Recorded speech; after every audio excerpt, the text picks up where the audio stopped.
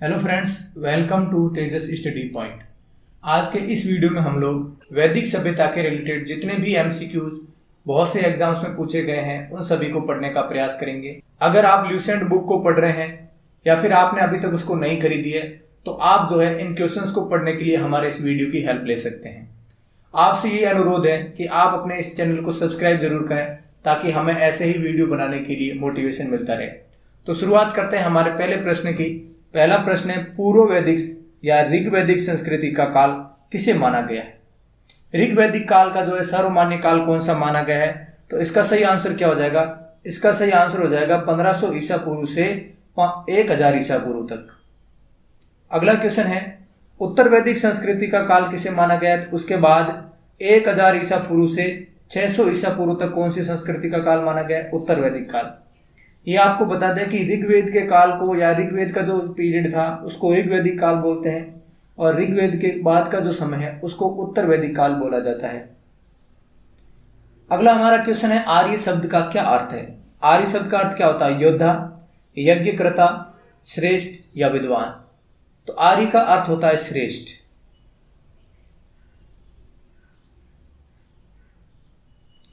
प्रारंभिक आर्यों के बारे में निम्न में से कौन सा कथन सही नहीं है? आर्यों के बारे में कौन सा कथन सही नहीं है? वे संस्कृत बोलते थे, सही है। घुड़सवारी करते थे, यह भी सही है। वे झुंड में भारत पहुंचे, सही है। लेकिन वे मुख्यतः नगरों में निवास करते थे, ये सही नहीं है, क्योंकि आर्य जो है वो एक ग्रामीण सभ्यता थी। शहरों में निवास सिंधु घाटी सभ्यता के लोग करते थे, आर्य लोग जो है वो ग्रामीण सभ्यता या ग्रामीण गांवों में निवास करते थे। अगला क्वेश्चन है, इनमें से किस फसल का ज्ञान वैदिक काल को नहीं था? तो वैदिक काल के समय किस फसल का ज्ञान नहीं था? जौ, गेहूं, चावल या तंबाकू। तो इसका सही आंसर हो जाएगा तंबाकू। उत्तर वैदिक काल में वेद रोधी और ब्राह्मण रोधी धार्मिक अध्यापकों को किस नाम से जाना जाता था? ब्राह्मण रोधी और वेद रोधी जो धार्मिक अध्यापक थे उनको किस नाम से जानते थे? तो इसका सही आंसर हो जाएगा श्रमण। ऑप्शन नंबर बी श्रमण हो जाएगा। वैदिक गणित का महत्वपूर्ण अंग है। वैदिक गणित अपन जो है बहुत से एग्जाम्स या फिर अपन जो स्कूलिंग में पढ़ते हैं वैदिक गणित शुरुआत की कुछ प्रश्नावलियां पढ़ते भी होंगे आप। तो वैदिक गणित का जो है मुख्य अंग क्या है? शतपथ, अथर्ववेद, शुल्ब सूत्र या छांदोग्य उपनिषद।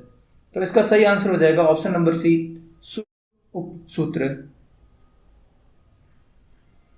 अगला क्वेश्चन है, किस वेद में प्राचीन वैदिक युग की संस्कृति के बारे में सूचना दी गई है? किस वेद में प्राचीन वैदिक युग की संस्कृति के बारे में हमें सूचना दी गई है? ऋग्वेद, उपनिषद, यजुर्वेद या सामवेद। तो प्राचीन वैदिक युग की जो है जानकारी हमें कहां से मिलती है? ऋग्वेद से। अगला हमारा क्वेश्चन है, निम्नलिखित में से उत्तर वैदिक काल में लिखे गए ग्रंथों का सही क्रम क्या है? उत्तर वैदिक काल में लिखे गए ग्रंथों का क्या सही क्रम है? तो सबसे पहले क्या थे? वेद। ऋग्वेद के बाद जो है यजुर्वेद, सामवेद और अथर्ववेद की रचना हुई थी। ब्राह्मण, आरण्यक और उपनिषद, ये जो है उनका सही क्रम है। वेद, ब्राह्मण, आरण्यक और उपनिषद। नेक्स्ट क्वेश्चन इज, वेदों की संख्या कितनी है? ये क्वेश्चन जो है आप सभी ने पढ़ ही रखा होगा। हिंदू धर्म जो है टोटल कितने वेद है? 4 वेद है। कौन से 3 वेद संयुक्त रूप से त्रयी वेद कहलाते हैं? तो 3 वेद जो है किन त्रयी वेदों को कहा जाता है? तो 3 वेद जो जिनकी रचना शुरू में हुई थी वे वेद कौन से थे? ऋग्वेद, यजुर्वेद और सामवेद। अथर्ववेद को त्रिवेद के अंदर शामिल नहीं किया गया है। भारत के राज चिन्ह में प्रयुक्त होने वाले सत्यमेव जयते, जो भारत का जो अशोक स्तंभ है या अशोक चिन्ह है उसके अंदर जो शब्द यूज किया गया है सत्यमेव जयते, वो किस उपनिषद से लिया गया है? तो याद रखेंगे हम लोग, ये जो है मुंडक उपनिषद से लिया गया है। ऋग्वैदिक आर्यों का मुख्य व्यवसाय क्या था? आपने अगर हमारा थ्योरी सेक्शन पढ़ा है तो आपने जरूर देखा होगा कि वैदिक सभ्यता के लोगों का मुख्य व्यवसाय था कृषि और पशुपालन। और मैंने उसके साथ आपको ये बताया कि दोनों ही अगर एक ही ऑप्शन में आ जाए तो हम इसको करेंगे पशुपालन। तो आर्यों का मुख्य व्यवसाय था पशुपालन। भारतीय संगीत का आदि ग्रंथ किसको कहा जाता है? तो संगीत की जानकारी, संगीत का आदि ग्रंथ किसको कहा जाता है? सामवेद को कहा जाता है। प्रथम विधि निर्माता कौन थे? तो प्रथम विधि निर्माता किसको माना जाता है? मनु को माना जाता है। कृष्ण भक्ति का प्रथम प्रधान अंग है। तो कृष्ण भक्ति का पहला प्रधान अंग कौन सा है? तो इसका सही आंसर हो जाएगा श्रीमद् भगवद गीता। ऋग्वेद में संपत्ति का प्रमुख रूप क्या है? संपत्ति का प्रमुख रूप क्या है? गोधन, भूमि। ऋग्वेद के समय जो है लोगों की संपत्ति का प्रमुख जो है किससे मानी जाती थी? खेती से नहीं मानी जाती थी, गोधन से मानी जाती थी। तो इसका जो है क्या सही आंसर हो जाएगा? प्रमुख संपत्ति का रूप है गोधन। ऋग्वेदी किस मंडल में शूद्र का उल्लेख पहली बार मिलता है? शूद्र ही नहीं बल्कि चारों वर्णों का उल्लेख जो है हमें कहाँ मिलता है? तो हमें ऋग्वेद के 10वें मंडल के अंदर मिलता है।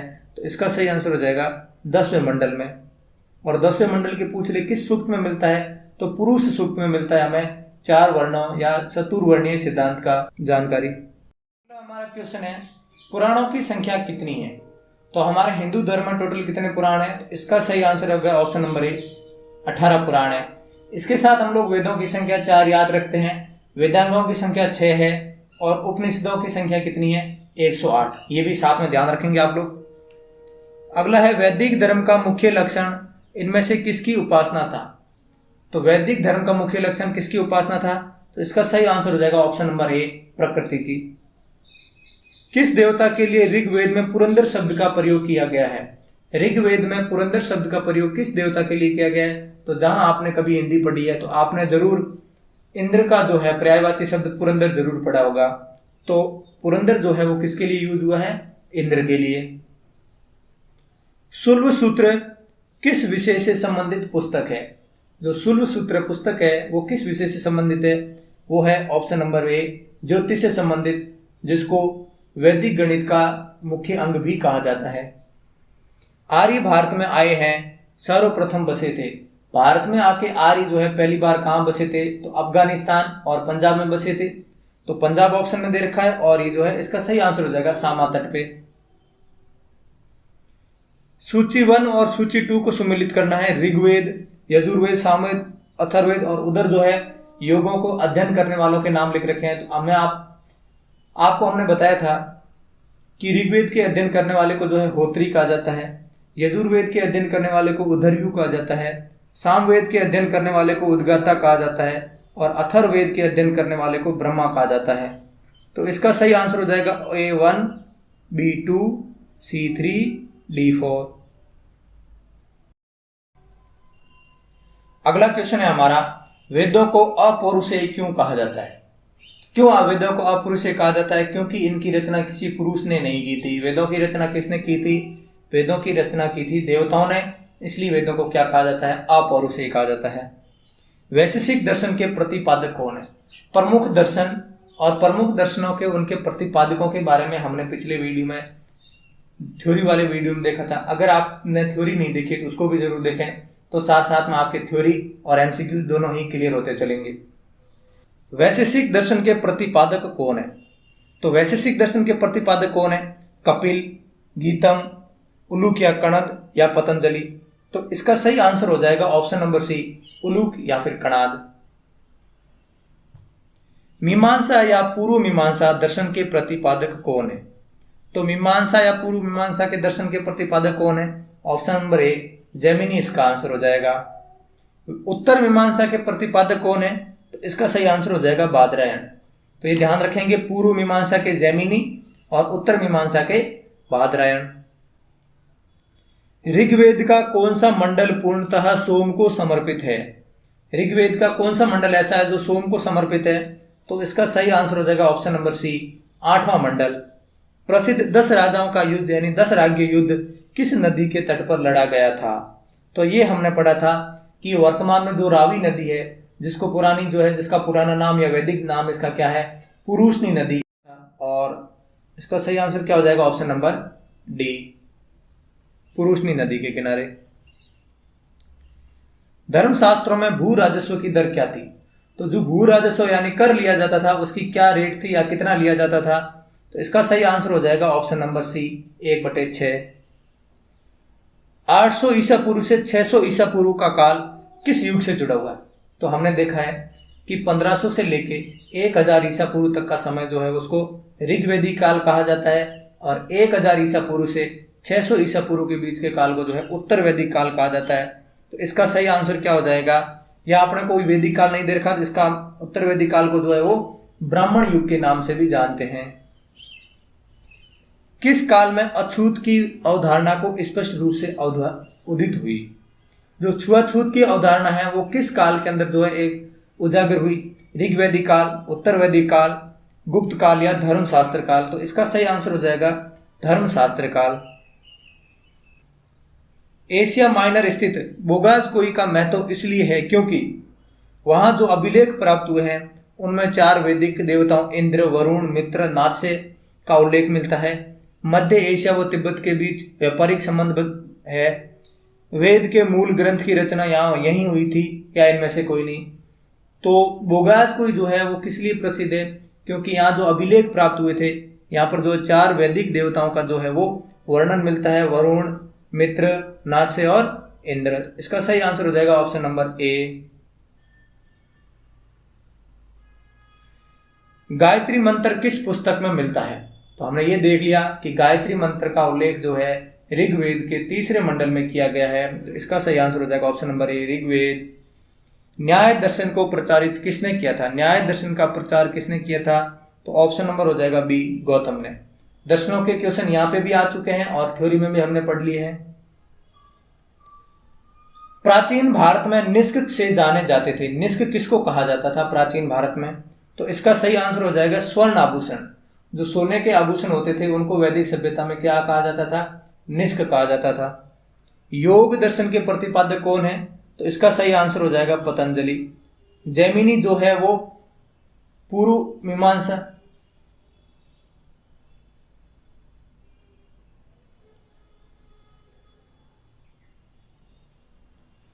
अगला है उपनिषद पुस्तकें हैं। उपनिषद जो है किस पर आधारित है? धर्म पर, योग पर, विधि पर या दर्शन पर? तो इसका सही आंसर हो जाएगा ऑप्शन नंबर डी, दर्शन पर। अगला है सूची को जो है सुमेलित करना है। ऋग्वेद, यजुर्वेद, सामवेद और इनके संबंध में उनके अंदर क्या क्या लिखा हुआ उसके बारे में लिखा हुआ है। तो ऋग्वेद में जो है, ऋग्वेद किसका स्रोत है? तो ऋग्वेद के अंदर लिखा हुआ है स्तोत्र और प्रार्थनाएं। यजुर्वेद के अंदर लिखा हुआ है स्रोत और कर्मकांड। सामवेद के अंदर लिखा हुआ संगीतमय स्रोत, क्योंकि ये संगीत का जो है आदि ग्रंथ भी कहा जाता है। और अथर्ववेद में लिखा हुआ है तंत्र, मंत्र और वशीकरण। तो इसका सही आंसर हो जाएगा ए, बी, सी, डी। तो ए में क्या आ जाएगा 4, बी में आ जाएगा 2, सी में आ जाएगा 1 और डी में आ जाएगा 3। आरंभिक वैदिक साहित्य सर्वाधिक वर्णित नदी है। वैदिक साहित्य में सबसे फेमस नदी कौन सी है, या किस नदी को जो है सबसे ज्यादा वर्णन किया मिलता है? तो इसका सही आंसर हो जाएगा ऑप्शन नंबर सी, सरस्वती नदी। उपनिषद काल के राजा अश्वपति शासक थे। उपनिषद काल के जो राजा है वो अश्वपति, वो कहाँ के शासक थे? काशी के, कैकय के, पांचाल के या विदेह के? तो इसका सही आंसर हो जाएगा ऑप्शन नंबर बी, कैकय के। अध्यात्म ज्ञान के विषय में नचिकेता और यम का संवाद किस उपनिषद से प्राप्त होता है? अध्यात्म के ज्ञान में नचिकेता और यम का संवाद जो है हमें किस उपनिषद से प्राप्त होता है? तो इसका सही आंसर हो जाएगा कंठ उपनिषद। वैदिक नदी कुमा, जिसको काबुल भी बोलते हैं, कुंभा नहीं कुंभा है, कुबा जिसको काबुल भी कहते हैं, किस स्थान कहाँ निर्धारित होना चाहिए? तो कुबा कहाँ है? तो इसका सही आंसर हो जाएगा अफगानिस्तान में। कपिल मुनि द्वारा प्रतिपादित दार्शनिक प्रणाली है। कपिल मुनि ने कौन से दर्शन को जो है दिया था? तो इसका सही आंसर हो जाएगा ऑप्शन नंबर बी, सांख्य दर्शन। भारत के किस स्थल की खुदाई के लौह धातु के प्रचलन में प्राचीनतम प्रमाण मिले हैं? तो लौह धातु के प्रचलन के हमें प्राचीनतम प्रमाण जो है वो कहां से मिले हैं? तो इसका सही हो जाएगा अंतरंजी खेड़ा। तो अंतरंजी खेड़ा से। निम्नलिखित में से किसका संकलन ऋग्वेद पर आधारित है? तो ऋग्वेद के आधार पर किस वेद का जो है संकलन किया गया? तो इसका सही आंसर हो जाएगा ऑप्शन नंबर बी, सामवेद का। कर्म का सिद्धांत है। कर्म का सिद्धांत कहाँ है? न्याय से संबंधित, मीमांसा से, वेदांत से या वैशेषिक से? तो इसका सही आंसर हो जाएगा ऑप्शन नंबर बी, मीमांसा से। इसको भी सुमेलित करना है। अथर्ववेद, अथर्ववेद के अंदर जो है किसका संबंध है, तो औषधियों का संबंध है।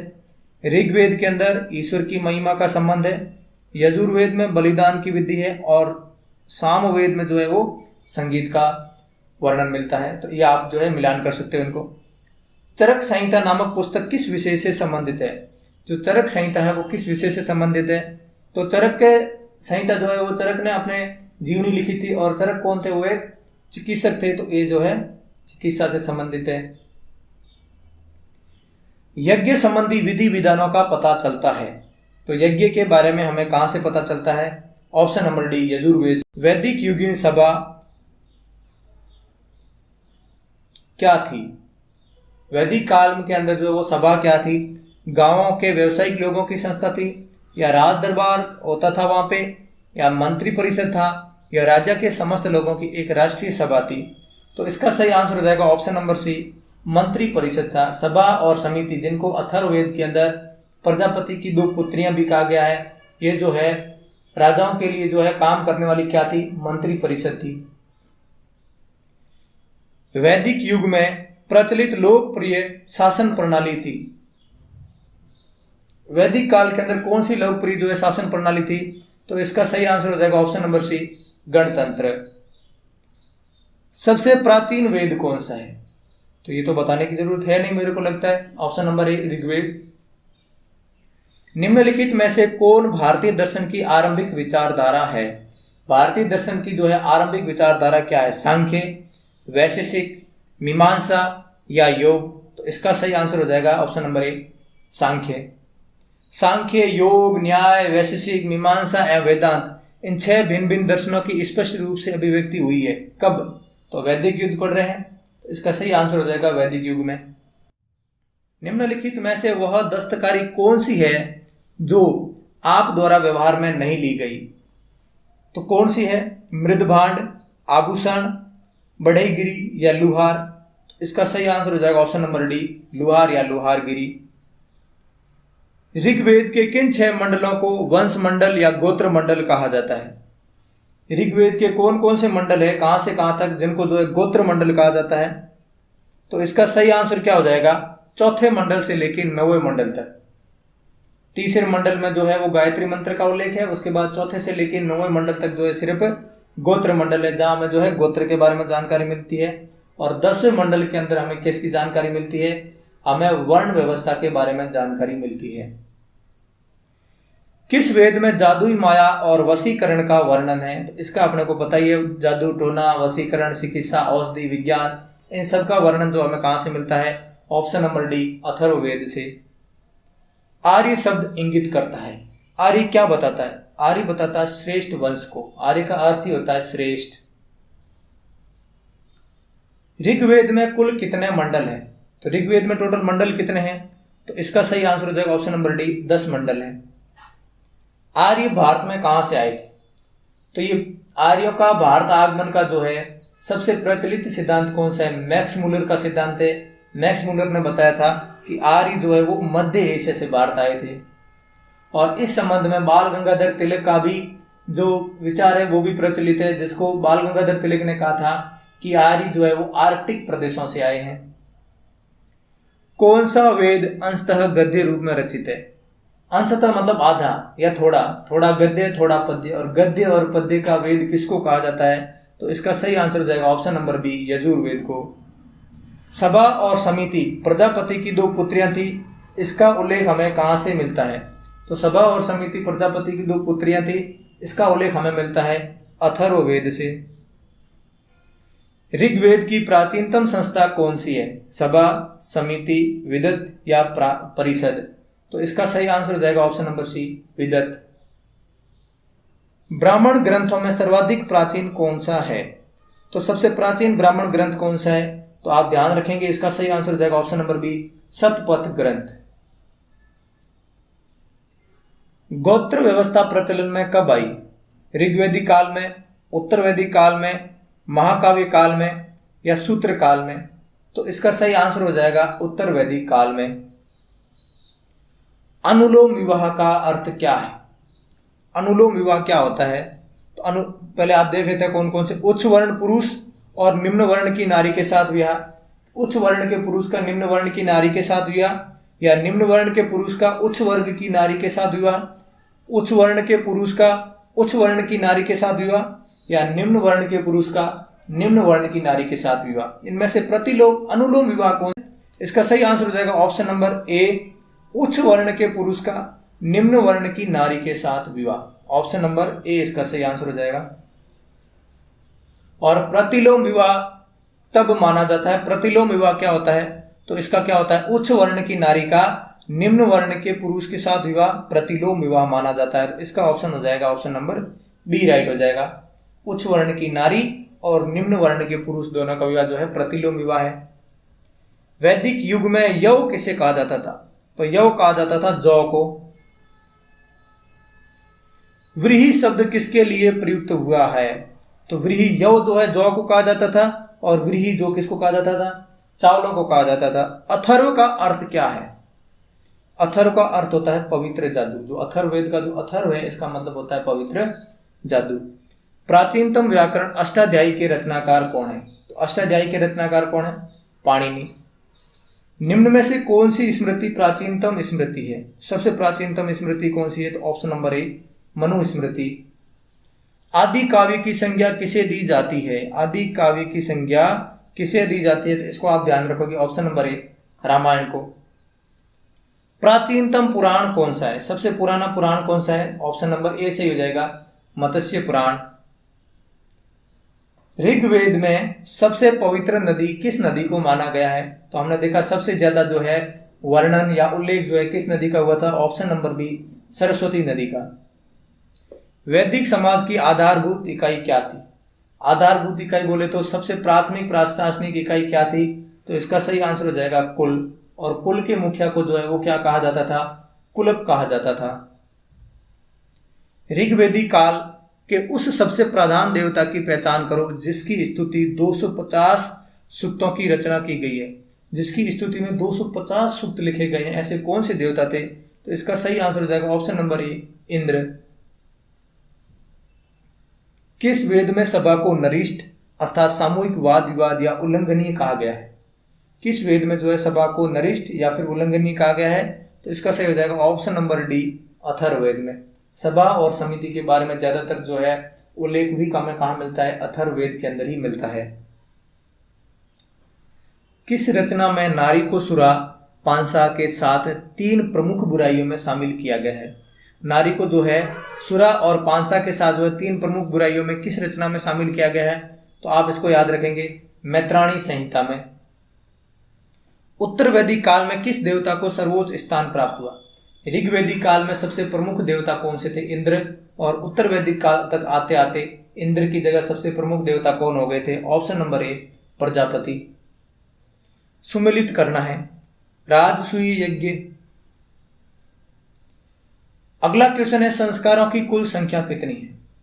तो कुल संस्कार कितने हिंदू धर्म में? 16 संस्कार है। अगला क्वेश्चन है, सुमेलित कीजिए। तो ये प्रमुख विवाह लिखे हैं और विवाह का संबंध दे रखा है, किससे है? ब्रह्मा विवाह किसको कहा जाता था? तो ये सुमेलित है। पहला, समान वर्ण या समान जाति के अंदर विवाह करने को ब्रह्मा विवाह कहा जाता था। देव विवाह किसको कहा जाता था? पुरोहित का पारिश्रमिक में मिले कन्या के साथ विवाह। पुरोहित को जो पारिश्रमिक में जो कन्या मिलती थी उसके साथ विवाह, कौन सा विवाह कहलाता था? देव विवाह। अगला है आर्ष विवाह। कन्या मूल्य के रूप में एक जोड़ी गाय व बैल चुका कर दिया जाता था। जब एक किसी कन्या से शादी करनी, विवाह करना होता था तो उसके मूल्य के रूप में जो है क्या दिया जाता था? एक जोड़ी बैल, गाय और बैल। और प्रजापत्य विवाह किसको कहा जाता था?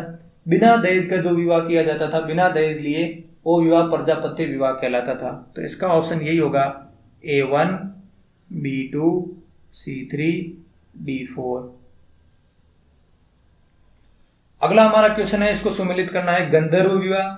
गंधर्व विवाह अर्थात होता है प्रेम विवाह। तो गंधर्व विवाह, प्रेम विवाह। आसुर विवाह, कन्या को खरीद कर किया गया विवाह को जो है आसुर विवाह कहते हैं।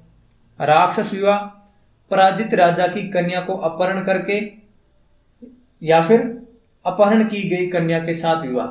यानी कोई भी राजा किसी दूसरे राजा को पराजित करके उसकी कन्या से विवाह करता था, या फिर किसी कन्या को वो अपहरण करके लाकर फिर विवाह करता था। इस विवाह को क्या कहा जाता था? राक्षस विवाह। पैशाच विवाह किसको कहा जाता था? सोई हुई अवस्था में गुमराह कर या मानसिक रूप से अस्वस्थ कन्या को गुमराह कर उसके साथ जो विवाह करता था उसको जो है वो क्या कहा जाता था? पैशाच विवाह कहा जाता था। तो इसका ये भी यही होगा, A1, B2, C3, D4। 3 ऋण में शामिल नहीं है, देव ऋण, पितृ ऋण, ऋषि ऋण या मातृ ऋण। इनमें कौन सा ऋण शामिल नहीं है? तो इसका सही आंसर हो जाएगा ऋषि ऋण। ऋग्वेदिक काल से संबंधित मृद भांड की संस्कृति क्या है?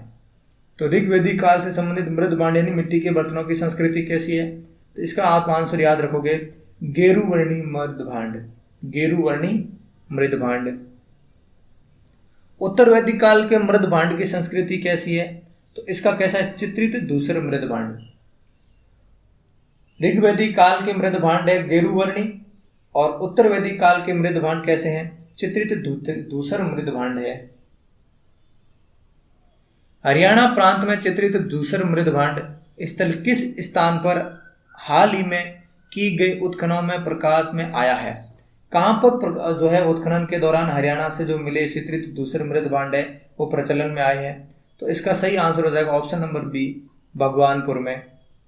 प्राचीनतम विवाह संस्कार का वर्णन करने वाला विवाह सूक्त किसमें पाया जाता है? प्राचीनतम विवाह संस्कार का वर्णन करने वाला विवाह सूक्त किसमें पाया जाता है? इसका सही आंसर हो जाएगा ऑप्शन नंबर ए, ऋग्वेद में। अगला क्वेश्चन है हमारा, ऋत अर्थात प्राकृतिक संतुलन स्थापित करने के कारण वैदिक देवता को ऋतस्थे गोप कहा गया है। तो प्राकृतिक संतुलन स्थापित करने का श्रेय जो है किस देवता को दिया जाता है? इसका सही आंसर हो जाएगा ऑप्शन नंबर बी, वरुण को। निम्नलिखित में से कौन मूलतः जल या समुद्र का देवता था? समुद्र का या जल का देवता किसको माना जाता है? तो इसका सही आंसर हो जाएगा ऑप्शन नंबर ए, इंद्र को।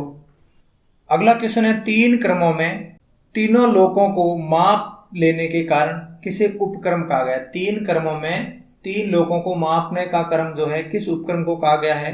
तो इसका सही आंसर हो जाएगा ऑप्शन नंबर डी, विष्णु को। अगला है, सुमेलित कीजिए। सुमेलित करना है, कुछ देवताओं के वर्णन दे रखे हैं। पूषण जो है वो कौन थे? पूषण पशुओं के देवता थे। ध्यो कौन थे? ध्यो जो है वो सबसे जगत के पिता कहे जाते थे। अदिति देवों की महान माता और रुद्र विवाह के देवता। अगला क्वेश्चन है, मनुस्मृति की मुख्यतः संबंधित है। मनुस्मृति किससे संबंधित है? समाज व्यवस्था से, कानून से, राज्य कार्य पद्धति से या अर्थशास्त्र से? तो इसका सही आंसर हो जाएगा, मनुस्मृति का संबंध जो है वो समाज व्यवस्था से है। गायत्री मंत्र की रचना किसने की? गायत्री मंत्र की रचना की थी विश्वामित्र ने। अवेस्ता और ऋग्वेद में समानता है। अवेस्ता जो है पारसी धर्म का सबसे पवित्र धर्म ग्रंथ है, जैन अवेस्ता, और उसमें और ऋग्वेद में समानता है। अवेस्ता किस क्षेत्र से संबंधित है?